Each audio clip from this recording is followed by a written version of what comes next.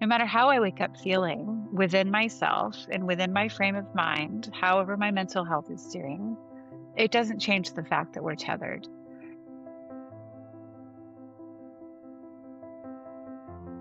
Welcome to Permission Slips, a space for you to practice paying attention to your life with self-compassion and kindness, so you can experience the wholeness, purpose, and joy you were made for.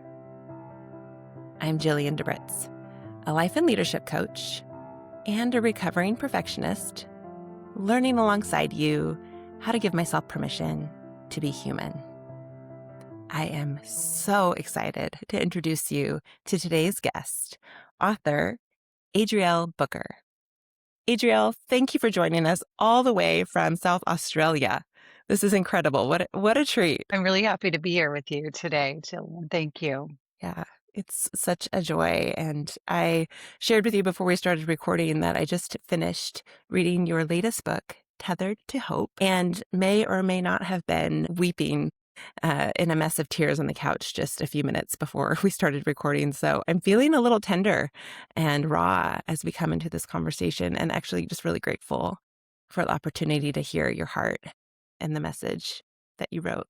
So yeah, I want to read your bio so people know who you are, and then I'd love to hear you talk about the book and where it came from and a bit of that journey for you as a writer. So friends who have not yet met Adriel Booker, you need to know who she is. She is a writer, a speaker, and a curator who believes the best things in life happen while gathered around the table. She lives with her family among the gum trees and sea breezes of a small town in South Australia, where they own and operate a vintage cafe, guest house, and co-working studio for creatives.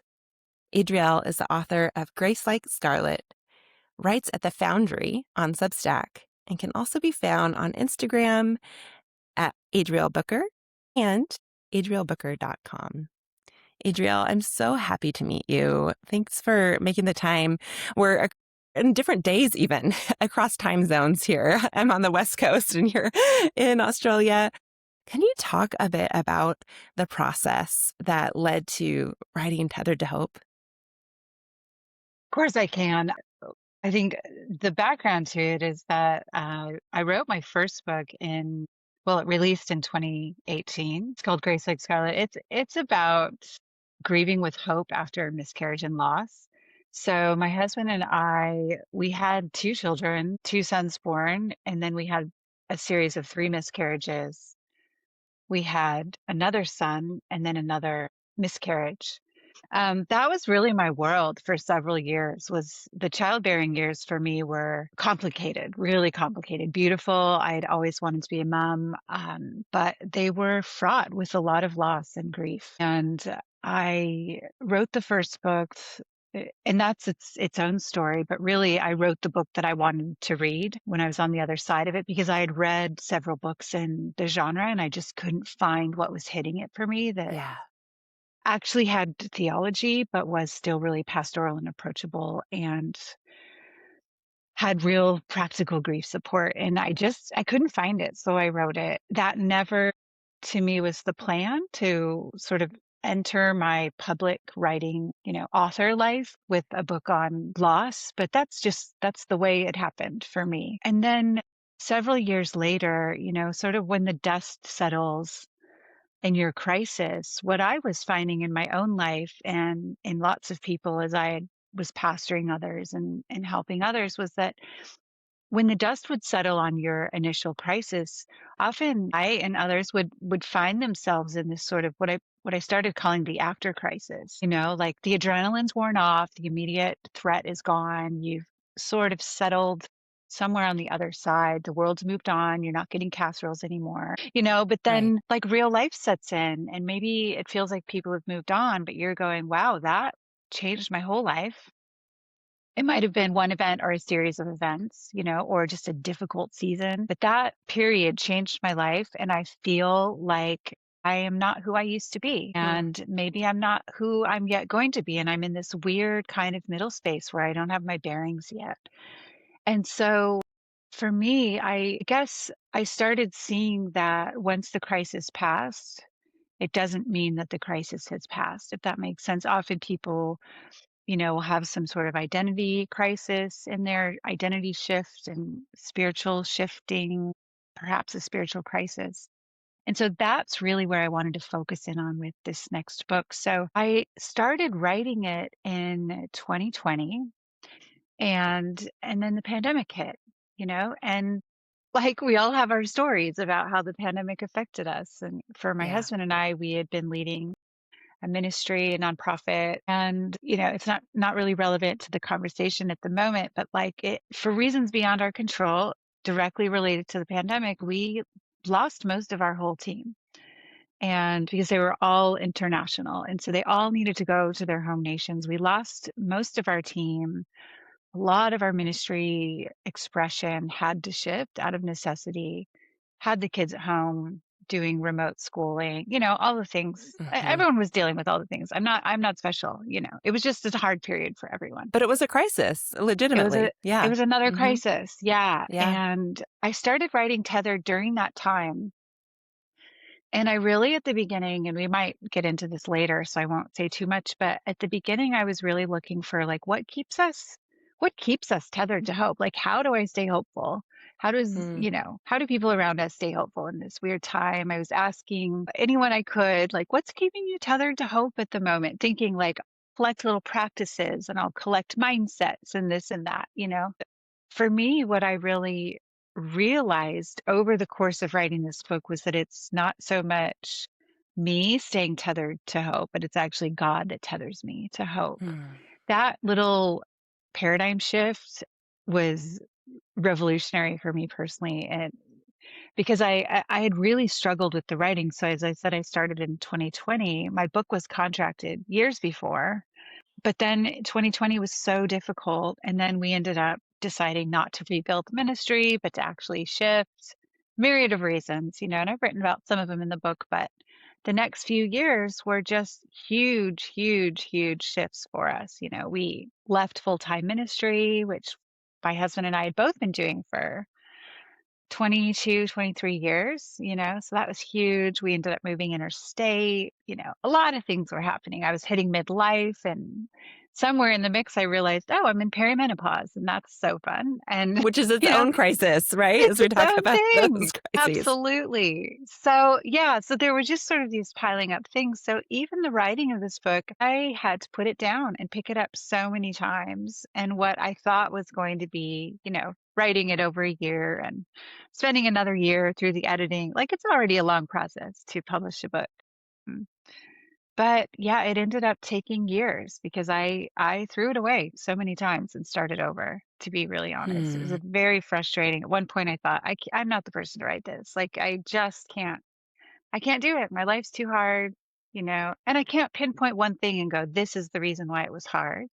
But it was because I was in my own after crisis where Yeah. everything still felt shaky Yeah. and everything felt like it was shifting and I didn't quite have my bearings. And someone might go, you need to wait till you're really well and truly on the other side of that to be writing for Mm. others. And I think there's a wisdom in that. But I know that when I've been in my own tricky seasons, I actually want to hear from someone that's kind of not forgotten what it's Yeah. like.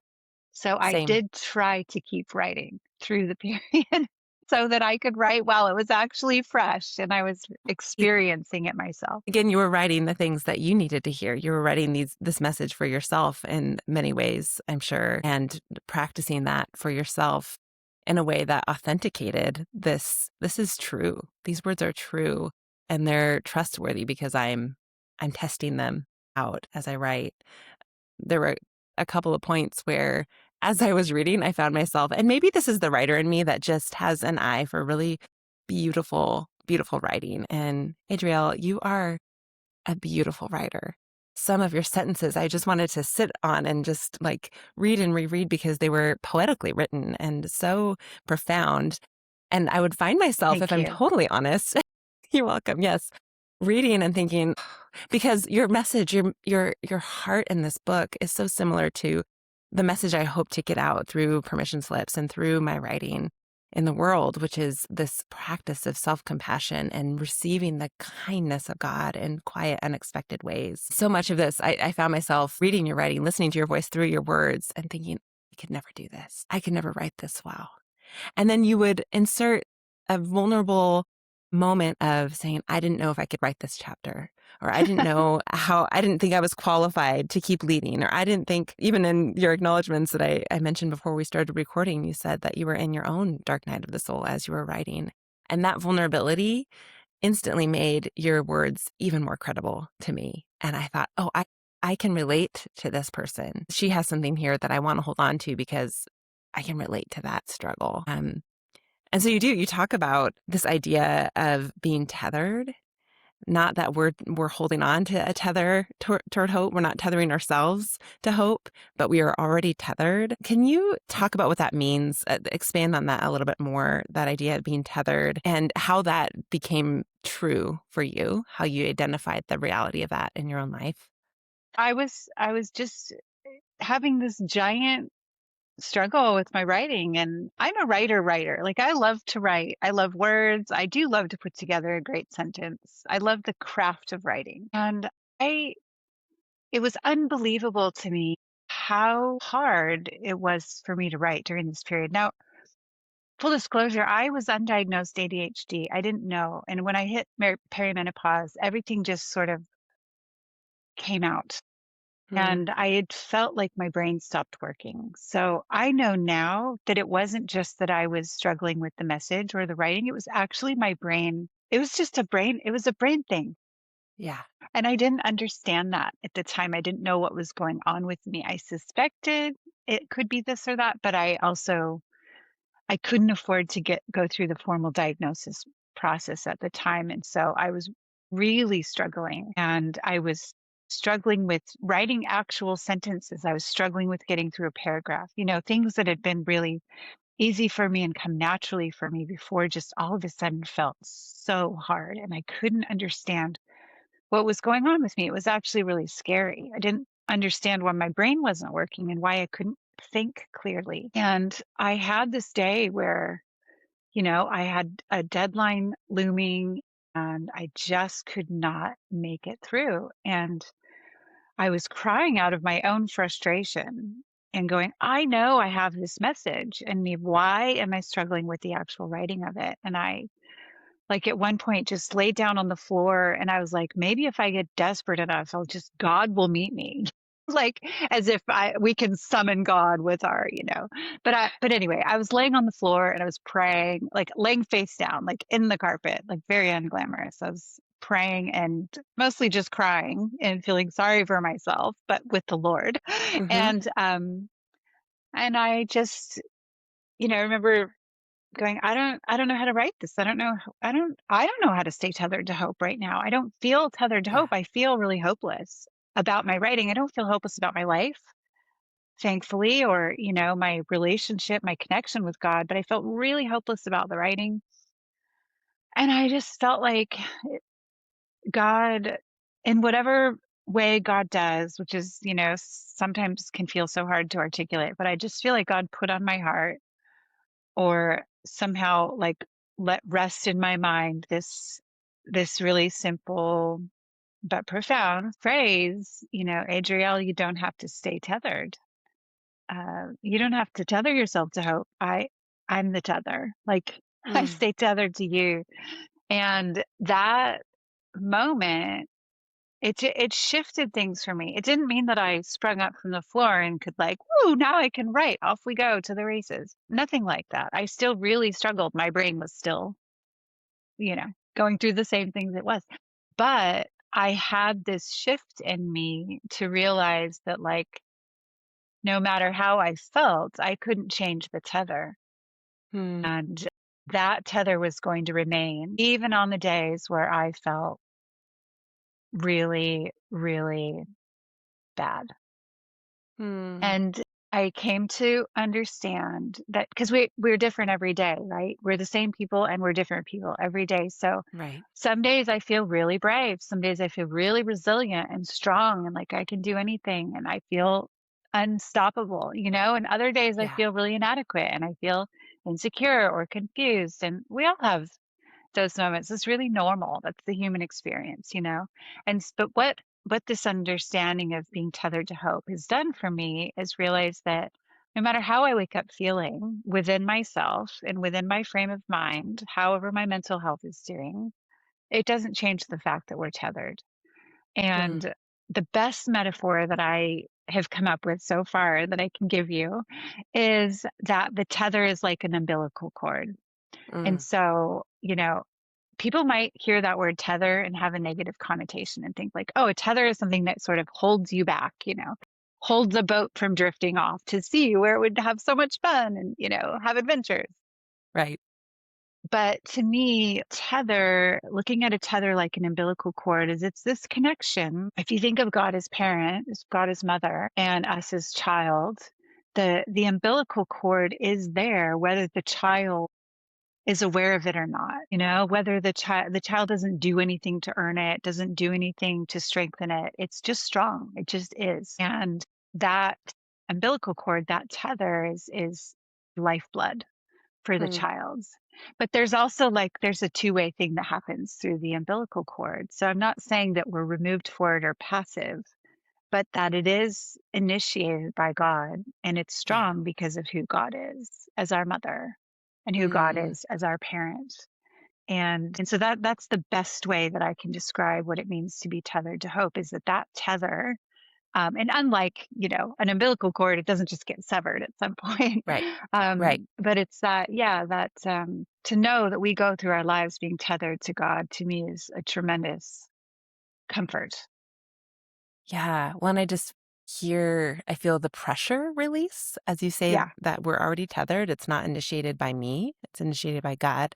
And even as you say, God is mother, like that for some people could feel stretching, right? Like that's a paradigm or a metaphor, a way of thinking about God that may be less familiar to people depending on their faith background Hmm. or where they're at in their spiritual journey. That could be helpful Yeah. or stretching. Yeah. Well, I actually had a whole chapter in Tethered to Hope on God as our mother, because I think it's really important when we're in these tricky seasons, one of the things that's really helped me is to examine my metaphors. Like, what are the Hmm. metaphors that are going to help me in this season? So, one of my Hmm. metaphors that helped me was this umbilical cord metaphor. Hmm. Hmm. And another one is just looking at God as my mother. And God's Mm, not gendered, so this is not about gender, but this is about, the heart of God, and that yeah. God, in God's mysterious ways, encompasses a father heart and a mother heart both, and that's a Mm, beautiful thing. We ended up taking that chapter out because my book was too long, and so we took out 3 chapters that sort of could go together in another book or in the future if needed. But I did modify that, and I wrote quite a long essay on my Substack if people wanna read about the mother heart of God. I have published that because I decided I didn't wanna wait for another book. Who knows if mm. I'll publish another book, so it's there. Okay, so check out The Foundry on Substack. Mm, Look for Adriel's. I'll link that in the show notes too, so people can find that article sounds if good. they Yeah. want to find it. But I love that how honest you are in this book about yeah, the metaphors maybe that you're examining, or even the seasons of doubt or deconstruction, the places where, whether it was because of a crisis or something else, you were examining your expectations of how God would show up. And you were really stretching your understanding of what faith looked like for you in seasons where things got dark. And I'm thinking about specifically the seasons of doubt and deconstruction that you were very honest about, which a lot of people might hear that word and feel a way about it. It's a word that's often used in a negative way in Christian context, although I think that there's a lot of unnecessary fear around it. Um, so, what would you say to someone who is in their own season of doubt or deconstruction, or trying to figure out what is the metaphor for my journey with God that is most accurate, or what are the metaphors that have kept me in a box that don't feel true anymore as people are wrestling? And that was another metaphor, a story from scripture that you shared around Jacob wrestling with God, which that wrestle is a metaphor I really resonate with right now personally. What would you say to someone who's in their own place of whether it's doubt or deconstruction and wrestling? What would you want them to know? Well, I think actually it is important for you to find your metaphor. So I love that you have latched onto that wrestling metaphor. Um, and that's part of the reason why I used different metaphors in the book. I didn't just go with one and go, this is it, this is the one we're going to explore. Mhm. But I tried to introduce several to go like find your language because that's for us, that's part of what's so important to be able to, you know, name our own scenario, our own emotions, our own experience. But sometimes we need some prompts to help us find the language. So I think finding your metaphor is really important. You know, Christians and humans in general have been pulling apart their faith and putting it back together for as long as we know, as long as history is actually recorded. So I know that deconstruction can sound like it's a buzzword, we've adopted it in the last, 10 years or something, but it's not 10 years old. I don't even love the term deconstructing. I'll use it sometimes because people know what it means, but for me, I don't really identify so much with my faith, in building terms. So to me, deconstructing isn't great. I know for others it can be. I did hear someone, I feel like it might have been Shannon Martin, but apologies if I'm attributing someone else's metaphor to the wrong person. But I remember reading years ago about someone describing their flower vase. And when you've bought fresh cut flowers or you've picked them from the garden, like they die at different intervals. And if you're lazy, you just go pitch the whole thing out once a few of them Mm. start dying. But if you're like me, and well, not saying I'm not lazy, I can be, but if you're like me, you want to just squeeze every little bit of goodness out of those flowers. And so I'm constantly taking them out and I rearrange the whole thing because it doesn't look right with, I love a flower arrangement. So, and I think of I love that metaphor for deconstructing because it's going, well, what's not working for me right now? What do I not understand in this season? Maybe it made sense before, but it doesn't anymore. I'm going to take that out for a bit because I don't want that to taint what I've got Mm. left. And then Mm. sometimes we go out to the garden and I'm expanding on the metaphor now. Sometimes it's not just about what we take out, but we go out to the garden and we go, oh, that left a spot, but I'm going to go find something else. I'm going to put a Mm. branch because I don't have any flowers, but I'm going to go put a little branch in there. I'm going to put, something else. And we're rearranging. And I think, what I would say to someone that's in that phase right now of maybe taking some stuff out is to go, you don't just have to go tip the whole thing out. You can take out what's not working. And sometimes we put those things back in, and sometimes we find something better. And actually, to me, that shows that your faith is not stagnant.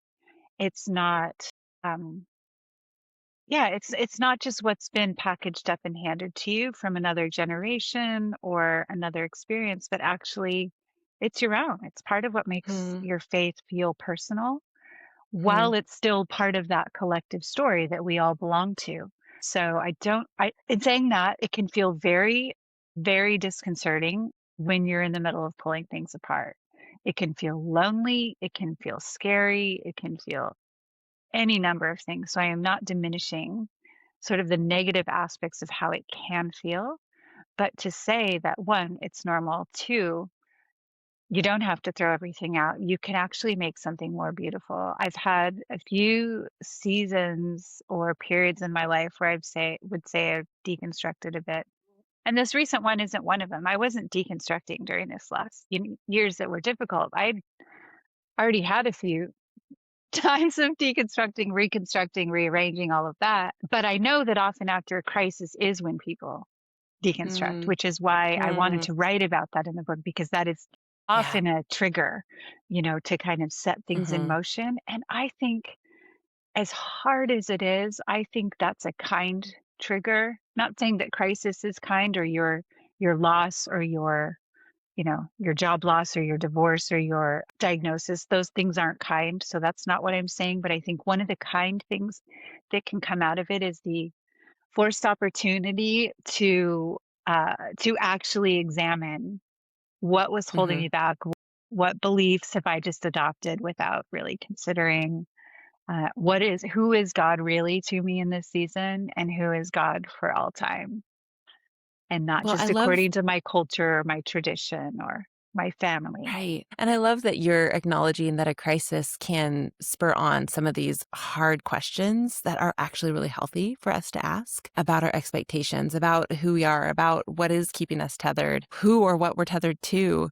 There are so many things that a crisis can stir up in us that feel really uncomfortable, but that doesn't mean they're bad or wrong. And I would love for you to talk about what you mean by crisis anyway, because as I was reading the book in the beginning, I thought, well, I don't really relate to being in a crisis. I don't feel like I'm in a crisis. I'm not in some sort of medical diagnosis or treatment. I'm not, there's nothing abrupt that has happened to me or my family that feels really overwhelming, but I am in what you call a liminal space, one of those in between moments of things were like this and now that's not working. And I'm in this kind of middle ground before I know how things are going to play out. And I'm specifically thinking about my business and ministry and kind of this identity crisis I feel like I'm in the midst of what are you calling me to, God? Because how things were working before was beautiful and I understood what to do and I understood who I was and how to expect you to show up. And that's not working anymore. And so who am I? Who am I and what are you asking me to do next? And do I even want to? Do I even want to keep going? And that feels like the crisis, that the internal angst that I feel feels like the crisis. But there's nothing on the outside that anyone would look at me and think, oh, that happened. How is she doing? Nothing has happened. And so I'm wondering if you could expand on what you mean by crisis and then what that liminal space can look or feel like in different people's experience. Of course, I think the easiest or the most succinct way to answer that would be that change is crisis. Ugh, Change is crisis, yes. It's right? And terrible I and think, true. and Uh-huh. so, for some people, we go, we love change, like we thrive on change. Other people are like, I hate change, So there's this whole spectrum of how we approach change. But the reality is change changes things. And so we hit these times in our lives. So it might be that, the a really common one for people is the change from pre-parenthood to parenthood. Hmm. That's a crisis. And Yeah. see, we often think, oh, crisis is a wildfire or it's Mhm. a natural disaster or it's a catastrophic diagnosis or whatever. And those things are crises for sure. But a crisis can also just mean a major shift from one state of being to another state of being. So perimenopause, hello, that's a crisis. It doesn't mean that Absolutely. that I'm living every day in, like a horrible moment. It's not an event. So I think it's important to say that a crisis doesn't have to be an event, but it can be I don't know, season is so overused in Christian circles, but I don't know what else to say, like a period, Mhm. a season of time, a chapter of time. Yeah, I think that when I was looking up this word crisis, and I did a bit of a word nerd study on it, and I found that this word was actually first used in the medical community. And in English, it was first used in the medical community. And crisis meant the point in a disease where things shifted. And they either shifted toward healing and that person was going to be okay, or they shifted toward decline and that person was likely going to die. So it was sort of a crossroads, a pivotal Yeah. moment. And I know that when we hit our own crisis in our life, now we use crisis, usually for like, I lost my job you know, I lost my baby or whatever the thing that we can easily identify. But crisis can also be, I hit this period in my life, as you're talking about, my work is shifting, my life is shifting, and I don't know the way forward. So you're at a crossroads. That Uh-huh. is a crisis. And we get to determine in that space, as Christians, we get to include God and determine in that space, which way am I going to pivot? And we're always looking for the pivot toward life, not the pivot toward decline. And Yeah. that's true whether you're a Christian or not. So I'm not speaking specifically to Christians, but I think it can be helpful to look at crisis as a turning point. I use the word liminal space because liminal means in between. Sort of it means threshold. If you think of a door, if you think of a threshold to a home, that's you cross over the threshold, or we have this, funny tradition that like maybe a groom carries their bride over the threshold. And I don't know what that means, but whatever. No, but that we probably don't use the word threshold a lot in our everyday language. And we can maybe think of it as like just a very clear point, like a door. You're on one side and you step over, you're on the other side. But a liminal space is a threshold, but it's not like just a one step, two step. You don't just sort of cross over. It's more like the metaphor that works for me is it's like an airport. So say Mm, you're going somewhere and you've got 2 legs or 3 legs of your flight and you've got layovers in between. You're in an airport. So that airport, it's its own space, mhm. but it's not where you live and it's not where you're going to be living or holidaying or whatever. Like it's in between. It's neither here nor there, but it's still its own distinct space.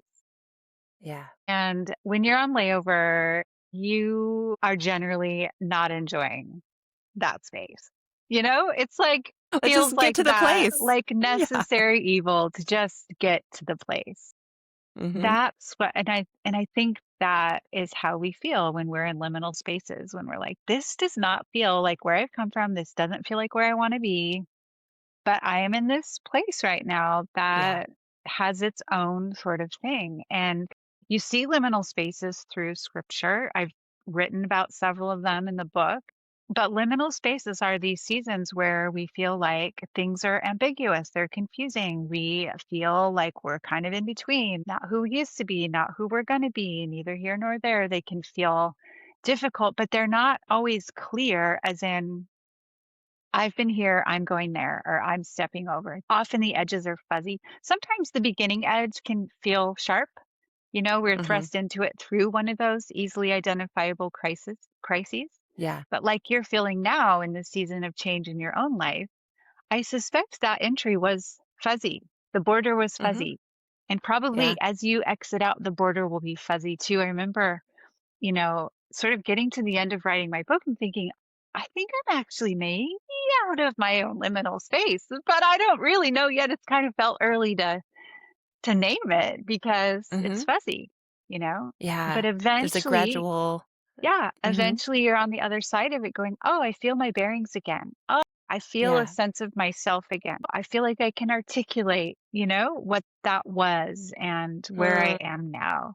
And some of those things feel really hard. So when you're in that liminal space, I think it's helpful to actually name it as a space, that it's not just in between. Like Yeah. the in between is its own space with its own characteristics, its Yeah. own possibilities of meeting God in different ways that weren't possible, literally weren't possible before, and they become possible.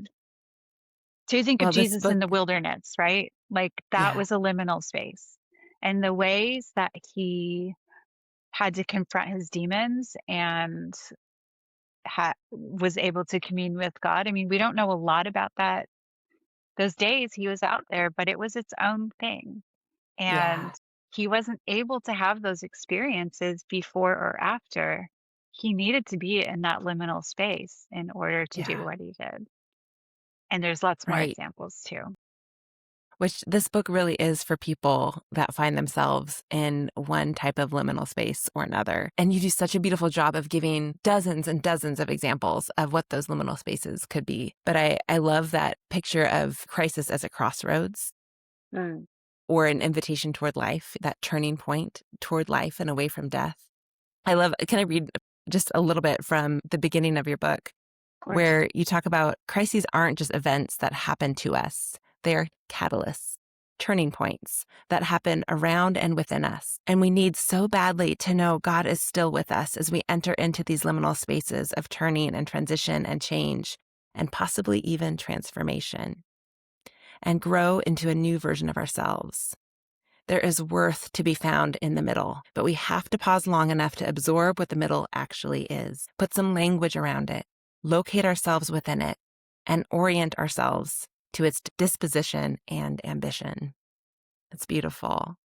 So you really do an incredible job, Adriel, of helping people put language around the middle space, using metaphors, using your own examples and stories which there is something really helpful about putting language around our experience as a life and leadership coach. That's what I do, is help people make sense of and name their current reality so that we can move toward our desired future. But we don't know where we're going. If we don't know how to get to where we want to go unless we know where we are. And 100%.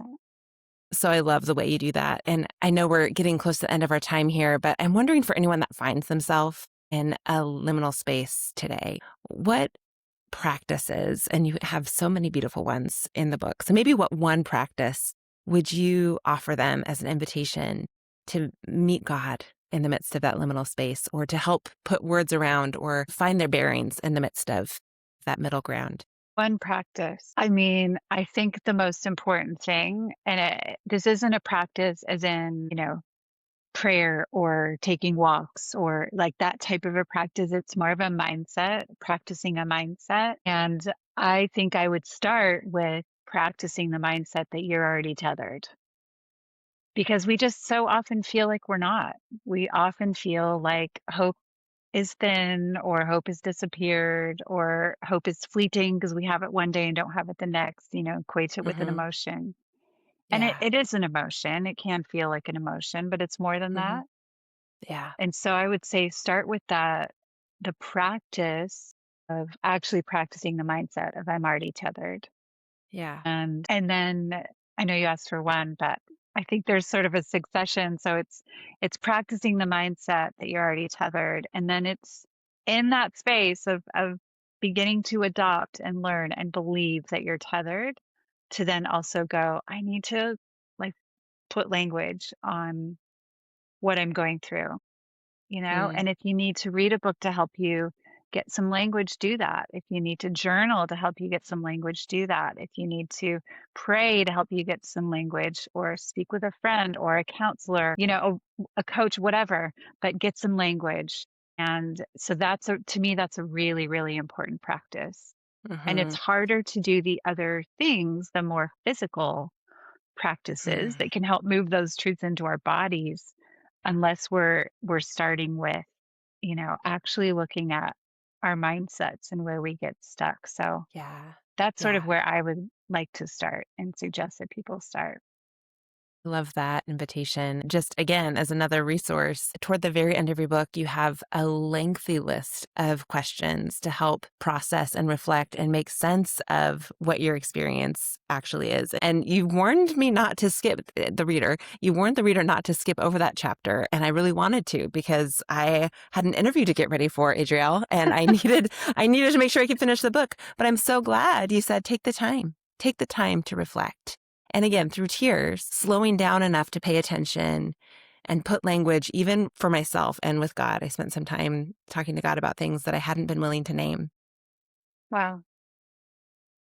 And because you gave me that permission to name the things out loud, the disappointments, the expectations that weren't being met, I was allowed in that moment to experience the kindness of God, not through any audible voice or anything changing, but I was able to notice his witness in that moment because I was willing to name my honest, real experience. So So good. thank you for this So good. resource.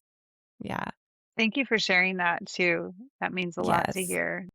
That's Yes. exactly what I hope. You write with the intention, as a Christian writer, I write with the intention that I could open a door for people to meet God Yeah. in a Yeah. fresh way, because Mm, we all need that. I need people to open yeah. the door for me, and you need people to Yeah. open the door for you. And that really is what I hope Tethered to Hope will do Mm, for people, is just open the door to see God's kindness in the ways that they need to when we're struggling. yeah. Thank you for that gift. Is Yeah. there a permission slip that you would want to give to the people listening? Something that a permission slip that I've given myself and that I continue to issue as I need it, which is all the time, is permission to practice self-compassion, which I find very, very difficult. It's Hmm. easy and natural for me to feel compassionate toward other people. And, I could go into all the ways and the baggage for why it feels difficult to be compassionate toward myself.